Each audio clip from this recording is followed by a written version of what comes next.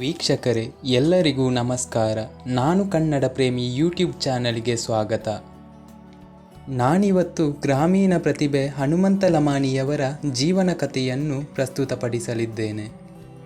ವೀಕ್ಷಕರೇ, 1993 ಆಗಸ್ಟ್ 7ರಂದು ಹಾವೇರಿ ಜಿಲ್ಲೆಯ ಸವಣೂರು ತಾಲೂಕಿನ ಚಿಲ್ಲೂರು ಬಡ್ನಿ ಗ್ರಾಮದ ಮೇಘಪ್ಪ ಲಮಾಣಿ ಮತ್ತು ಶೀಲವ್ವ ದಂಪತಿಗಳ 5 ಮಕ್ಕಳಲ್ಲಿ ಕೊನೆಯ ಮಗನಾಗಿ ಜನಿಸಿದ ಹನುಮಂತ ಲಮಾಣಿ ಎಂಬ ಇವರು ಕಂಚಿನ ಕಂಠದಿಂದಲೇ ಕೋಟ್ಯಾಂತರ ಅಭಿಮಾನಿಗಳನ್ನು ಸಂಪಾದಿಸಿದ್ದಾರೆ.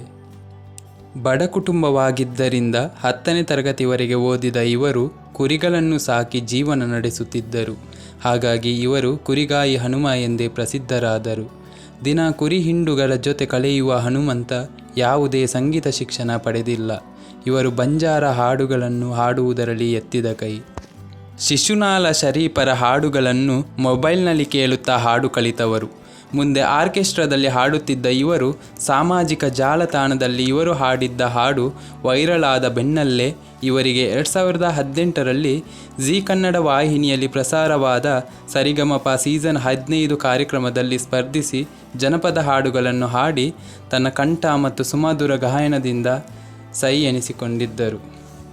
ಸರಿಗಮಪದ ಕಾರ್ಯಕ್ರಮದಲ್ಲಿ ಸಿಕ್ಕ ಗುರುಗಳ ಮಾರ್ಗದರ್ಶನದಿಂದ ಅವರ ಗಾಯನದಲ್ಲಿ ಮತ್ತಷ್ಟು ಪಕ್ವತೆ ಬಂದಿತ್ತು.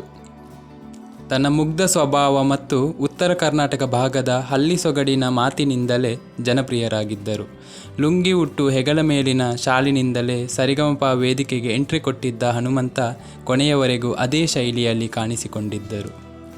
ಇವರ ಹಾಡನ್ನು ಮೆಚ್ಚಿ ಕಾರ್ಯಕ್ರಮದ ತೀರ್ಪುಗಾರರು ಹೊಗಳುತ್ತಿದ್ದರೆ ಈತ ಮಾತ್ರ ಯಾವ ಭಾವವನ್ನು ವ್ಯಕ್ತಪಡಿಸದೆ ಮುಗ್ಧತನದಿಂದ ನೋಡುತ್ತಾ ತಲೆ ಕೆರೆಯುತ್ತಾ ನಿಷ್ಕಲ್ಮಶವಾಗಿ ನಗು ಬೀರಿ ನೋಡುಗರ ಮನಸ್ಸನ್ನು ಗೆದ್ದರು. ಸರಿಗಮಪ ಸೀಸನ್ 15ರ ಕಾರ್ಯಕ್ರಮದಲ್ಲಿ ಮೊದಲ ರನ್ನರ್ ಅಪ್ ಆಗಿ ಹನುಮಂತರವರು ಹೊರಹೊಮ್ಮಿದರು. ಬರೀ ಗಾಯನ ಮಾತ್ರವಲ್ಲದೆ ನೃತ್ಯದಲ್ಲೂ ಹನುಮಂತ ಲಮಾಣಿ ಸೈ ಎನಿಸಿಕೊಂಡರು. ಜೀ ಕನ್ನಡ ವಾಹಿನಿಯಲ್ಲಿ ಪ್ರಸಾರವಾಗುವ ಡ್ಯಾನ್ಸ್ ಕರ್ನಾಟಕ ಡ್ಯಾನ್ಸ್ ರಿಯಾಲಿಟಿ ಶೋನಲ್ಲಿ ಸ್ಪರ್ಧಿಸಿ ಸೆಮಿಫಿನಾಲೆ ಹಂತದವರೆಗೂ ಬಂದು ಬೇಷ್ ಎನಿಸಿಕೊಂಡರು. 2023 ವಿಧಾನಸಭೆ ಚುನಾವಣೆ ಸಂದರ್ಭದಲ್ಲಿ ಚುನಾವಣಾ ಆಯೋಗದ ರಾಯಭಾರಿಯಾಗಿ ಮತದಾನದ ಬಗ್ಗೆ ಅರಿವು ಮೂಡಿಸಿದರು. 2023ರಲ್ಲಿ ಜೀ ಕನ್ನಡ ವಾಹಿನಿಯಲ್ಲಿ ಪ್ರಸಾರವಾದ ಭರ್ಜರಿ ಬ್ಯಾಚುಲರ್ಸ್ ಎಂಬ ರಿಯಾಲಿಟಿ ಶೋನಲ್ಲಿ ಭಾಗವಹಿಸಿ ಹನುಮಂತ ಲಮಾಣಿ ಪ್ರೇಕ್ಷಕರಿಗೆ ಮನರಂಜನೆ ನೀಡಿದ್ದರು. ಇದರಲ್ಲಿ ಇವರು 2ನೇ ರನ್ನರ್ ಅಪ್ ಆಗಿ ಹೊರಹೊಮ್ಮಿದರು. 2024ರಲ್ಲಿ ಕಾಮಿಡಿ ಕಿಲಾಡಿ ಶೋನಲ್ಲಿ ಸ್ವಲ್ಪ ದಿನಗಳ ಕಾಲ ಕಾಣಿಸಿಕೊಂಡಿದ್ದರು. ನಂತರ ಕಲರ್ಸ್ ಕನ್ನಡ ವಾಹಿನಿಯಲ್ಲಿ ಪ್ರಸಾರವಾಗುವ ಜನಪ್ರಿಯ reality show Bigg Boss Kannada season 11ರಲ್ಲಿ 3ನೇ ವಾರ ಜಗದೀಶ್ ಹಾಗೂ ರಂಜಿತ್ ಕುಮಾರ್ ಎಲಿಮಿನೇಟ್ ಆಗುತ್ತಿದ್ದಂತೆ ಗಾಯಕ ಹನುಮಂತ ಲಮಾಣಿ ವೈಲ್ಡ್ ಕಾರ್ಡ್ ಸ್ಪರ್ಧಿಯಾಗಿ ಪ್ರವೇಶಿಸಿದರು.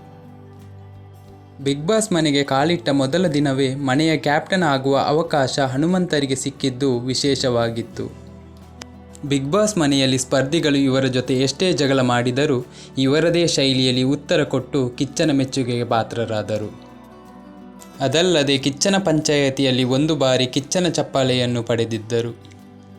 ಟಿಕೆಟ್ ಟು ಫಿನಾಲೆ ಟಾಸ್ಕ್ನಲ್ಲಿ ಆಟವಾಡಿ ತನ್ನದೇ ಆದ ಛಾಪು ಮೂಡಿಸಿ ಟಿಕೆಟ್ ಟು ಫಿನಾಲೆ ಟಾಸ್ಕ್ನಲ್ಲಿ ಜಯಶಾಲಿಯಾಗಿ ಫೈನಲ್ ತಲುಪಿದ ಮೊದಲ ಸ್ಪರ್ಧಿಯಾದರು. ಬರೋಬ್ಬರಿ 5,23,89,318 ವೋಟುಗಳನ್ನು ಪಡೆದು ಬಿಗ್ ಬಾಸ್ ಸೀಸನ್ 11ರ ವಿಜೇತರಾದರು.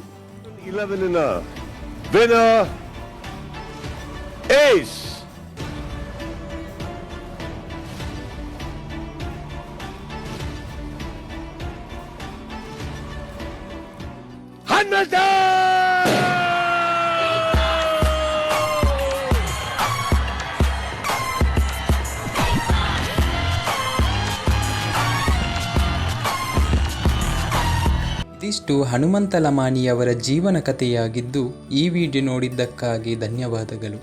ಮುಂದಿನ ವಿಡಿಯೋದೊಂದಿಗೆ ಮತ್ತೆ ಭೇಟಿಯಾಗುತ್ತೇನೆ. ನಾನು ನಿಮ್ಮ ಕನ್ನಡ ಪ್ರೇಮಿ. ನಮಸ್ಕಾರ.